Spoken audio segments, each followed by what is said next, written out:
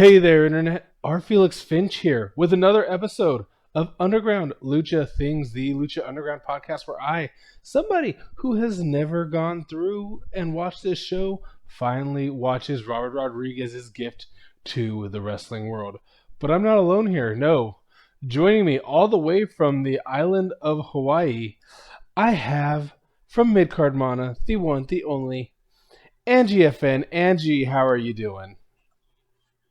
Bing, bing. I am good. Thank you again for having me on the show. I appreciate it. No, I appreciate you being here with me because again, this has been quite an adventure. We're we're making our way through. We're like we're not quite, but we're getting to 3/4 of the way through the first season, and this is Yep. episode 26, the best in the business from May 6th, 2015, and we get another opening in Dario's office. Both Johnny Mundo, and Alberto El Patron come in to figure out which of them is more worthy of the number one contendership because while they need to fight each other, they both agree that both of them are worthier than Hernandez. So Dario agrees and says that, you know what? You two fight it out, and then Hernandez will fight the person who wins next week to name the new number one contender. So, The new number one contender, if you will. yeah, and kind of funny thing is you look and he like has the names cut out on paper and is putting them on the card. So is he like booking with an elementary school diorama? I don't know. I loved that, actually. I was like, that's so like school project. I loved it. Of course you would, teacher. Not just that, that's kind of how I like to draw out stuff, like when I have brackets for wrestling tournaments, or even the G1 when I made my G1 chart, doing that sort of thing. It's calming, and I like having it nice and neat. So I get it. I get you, Dario Cueto, even though you're only a character following blocking given to you by a director. But it was great. I loved it. You have my approval there. Yeah, and we start out the show with a tag team match. Despite our trios champions being in this, it's not a trios match. It is Son of Havoc and Angelico taking on Cortez, Castro, and Mr. Cisco. And it's a tag team action, like I said, between trios contenders. Neither team gets a true entrance, and Angelico and Son of Havoc do seem to still have some tension between one another. Evilise is sort of giving commands from the sidelines while on crutches, and there's a really good amount of action between from Angelico and Son of Havoc, with Son of Havoc being quite over with this crowd. And of course, the crew continues having the great chemistry they do. And they win after a bail distraction allows the team to hit that flapjack codebreaker on Son of Havoc. And I'm noticing again the passion of the crowd who are chanting, "You still suck" to the crew, despite them winning this match. Yeah. No, especially in these times where watching live wrestling seems like a distant memory. I went from getting to watch live wrestling, and I mean, by live, I mean being there in the audience almost every month, to now the last time I was at a live show was in February, and I'm sad about it. But yeah, just having that crowd energy and remembering that crowd energy, and especially their adoration of Son of Havoc, of all people, it's really nice. It's really nice, and especially because Son of Havoc, out of all of these guys, was one of the guys that really got over on his own, even from when he was kind of a J-Bron, if you will, and jobbing a lot of his matches, to now being a trios champion. You know, it's a nice little rags to riches sort of underdog story that has never quite been in the focus of the storytelling in Lucha Underground, but just something that if you are a believer in the temple, if you've been there for every single episode, is something you've seen kind of organically grow. So that's a nice little a nice little moment. No, it is, and like I said, it's this crowd is very passionate. I wish I could have this Lucha Underground crowd pretty much at any show I was ever at because they are on all the time. And we see Dario is in his office with a mystery person who's on their phone, and apparently he's quite a wealthy dude whose family owns half the real estate in Boyle Heights, and he says that he likes to inflict damage rather than watch it. So he gets to have his match up next against Texano. And by the way, this mystery dude, he's the guy we saw last week get in a fight with Texano on the outside. So we'll see what comes of this. But we also cut to the locker room where Conan is confronting Hernandez about getting involved in the match last week. And Dario, fresh off of talking to mystery real estate guy, has said that is telling Hernandez that there's a bit of a scheduling change, but hopefully he can put everything to the side because he's going to be teaming up with Puma in a tag team match against Cage and Cuerno. So we've got, again, a little bit of story going along and more tension between Hernandez and Puma showing up, and with a bit from Conan here as well.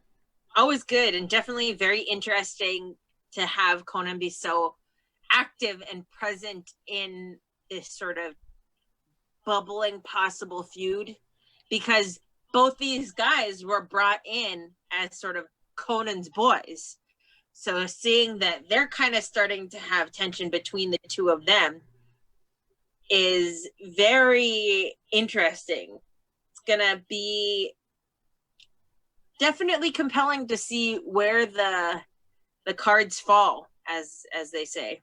Yeah, and the next match we're getting to is the Golden Warrior Delavar Daivari versus Texano. And so this is Sean Daivari. I was right, but yeah, you were right. Yeah, I'm so glad to finally be able to tell you that you were right. I didn't realize it immediately, and then I was like, oh wait, that's right. He does eventually come up later. Yeah, so, yeah, because I was like, that clearly looks like Sean Daivari, but I wasn't entirely sure. I'm like, am I racist? Am I just like, is that one of the few brown dudes I know? No, it is. Except he's going by the name Delavar here, which is a name choice. I mean, I don't know that I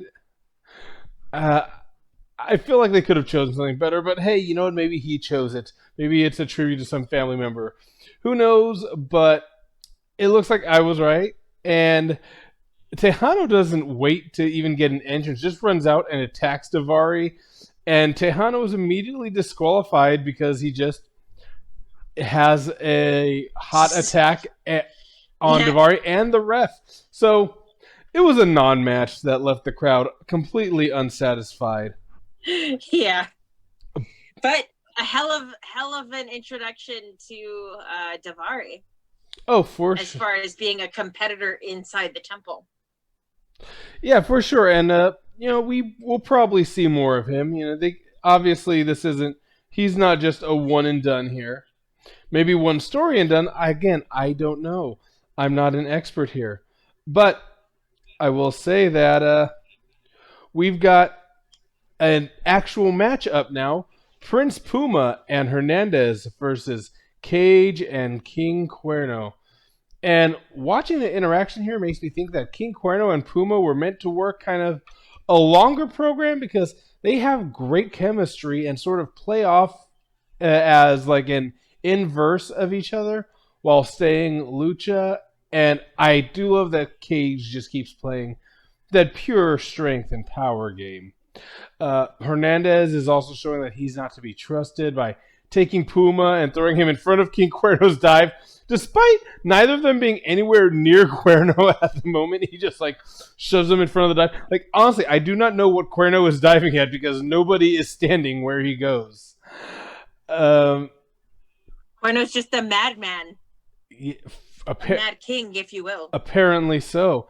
And Hernandez gives a crucifix bomb to Puma on the apron, the hardest part of the ring, if you will, causing Conan to chase him off with a cane, while Cuerno throws him back in the ring to be picked apart by Cage, who wins with a Weapon X. How did you feel watching this? Oof. I agree with your assessment that Cuerno and Puma were meant to have worked a longer program against one another initially. And who knows if it'll come up again.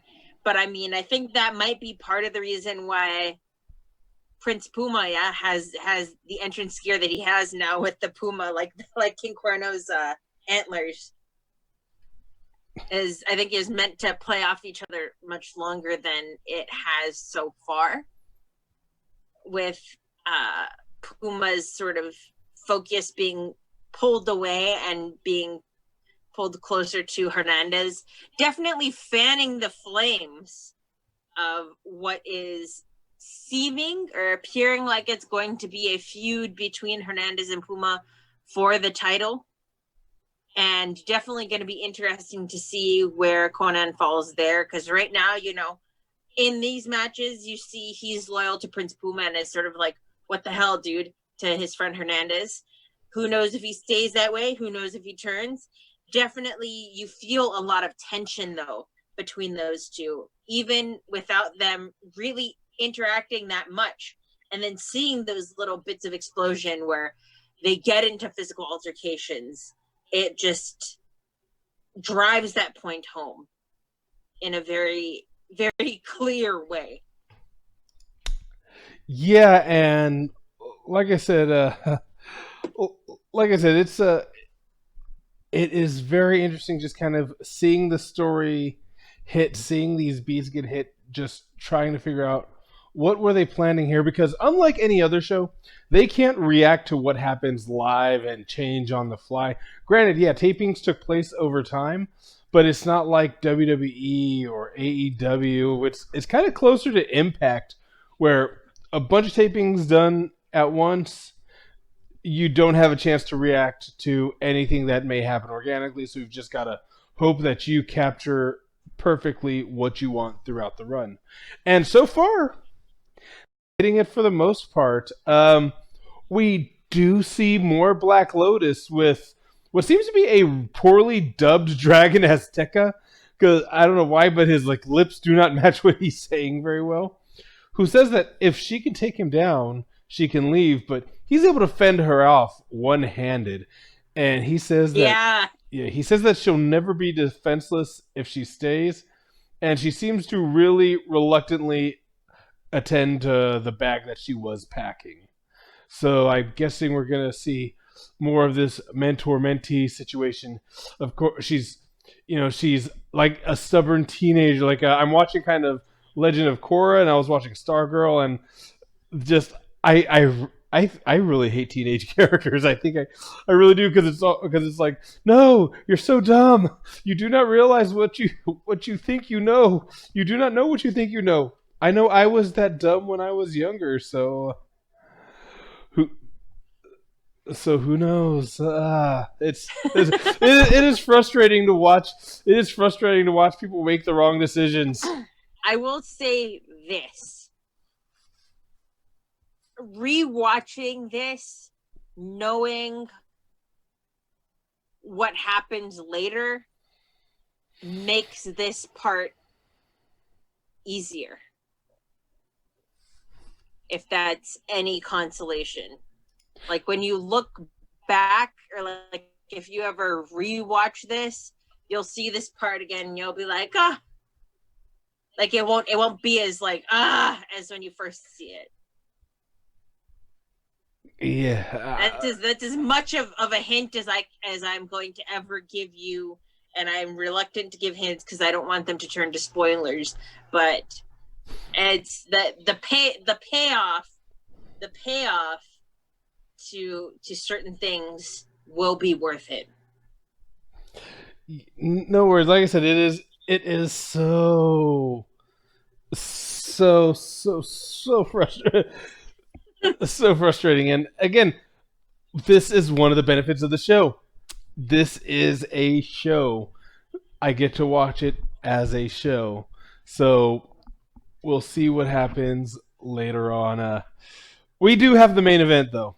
Johnny Mundo versus Alberto El Patron. And like I said, the winner of this takes on Hernandez next week. And Alberto El Patron is back with the T-shirt on in his match against Mundo. Another match that the audience is just cheering for wrestling in general. This is getting about the amount of action of a WWE pay-per-view match, to be honest, and it's given a really good amount of time. Alberto finally takes off his shirt and brings another level of action into play when Mundo is able to hit El Fin de Mundo, but Patron is able to grab the bottom rope, keep himself alive. And Mundo is also able to fight as well, keeping this match even. The win comes, though, as a surprise for Alberto El Patron, as during an exchange, he hits a really short super kick that fells Mundo for the win, and Patron will be facing Hernandez next week for the number one contendership. Again, the finish was a shock for me, but otherwise the action in this match was really, really good.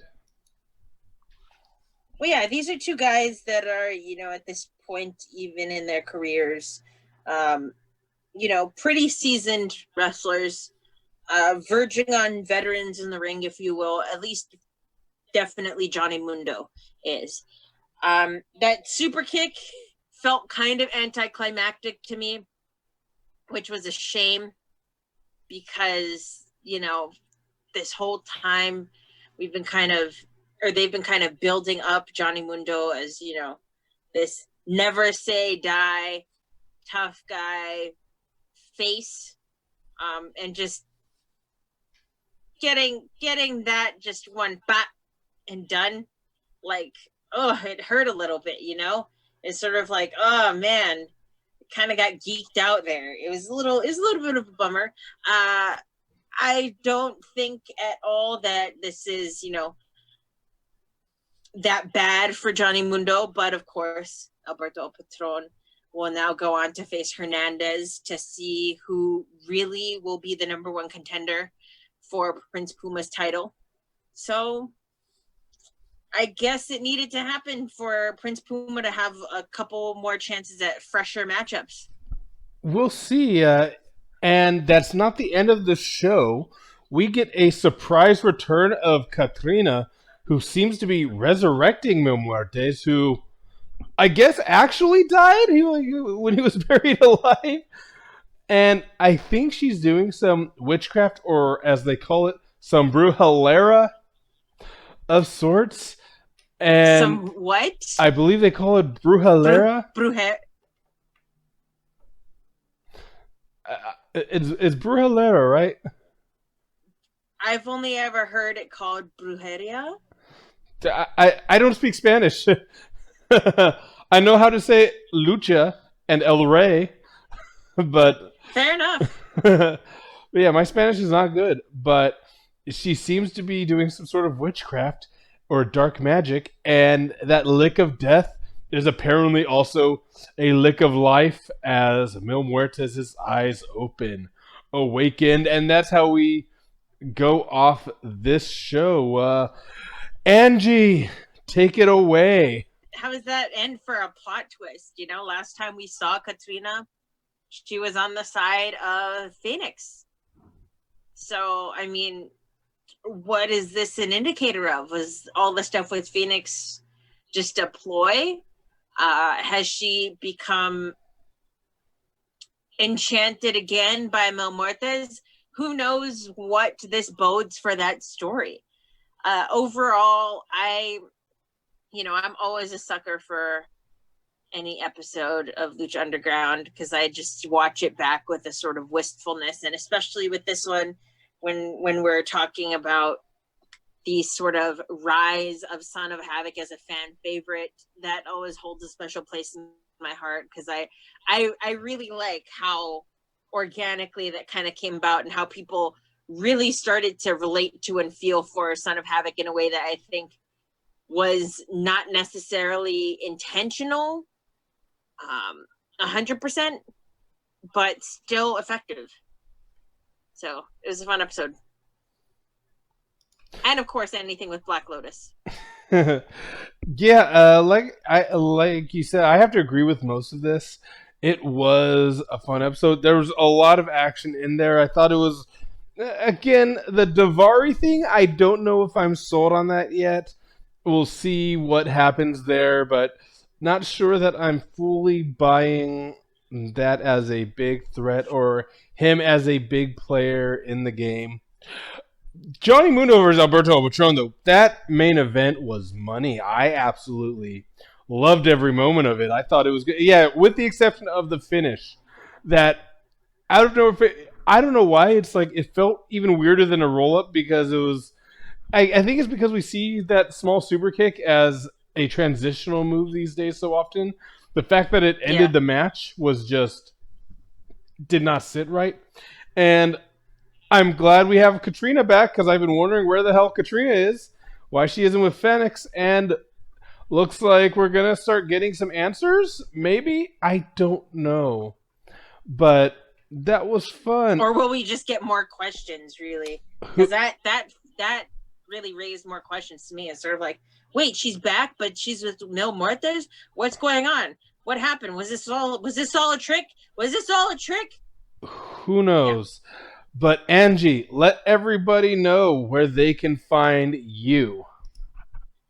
So I am part of two shows based out of Hawaii. The first one being Midcard Mana, based right here on the big island of Hawaii.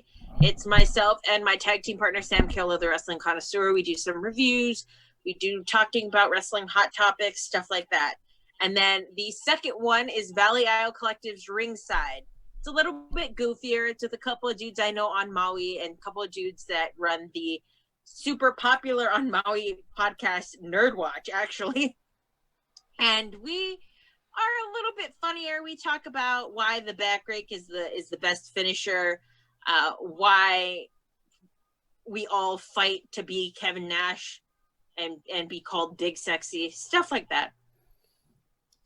And you can find me here if you're watching the video online at youtube.com/FriscoFlame.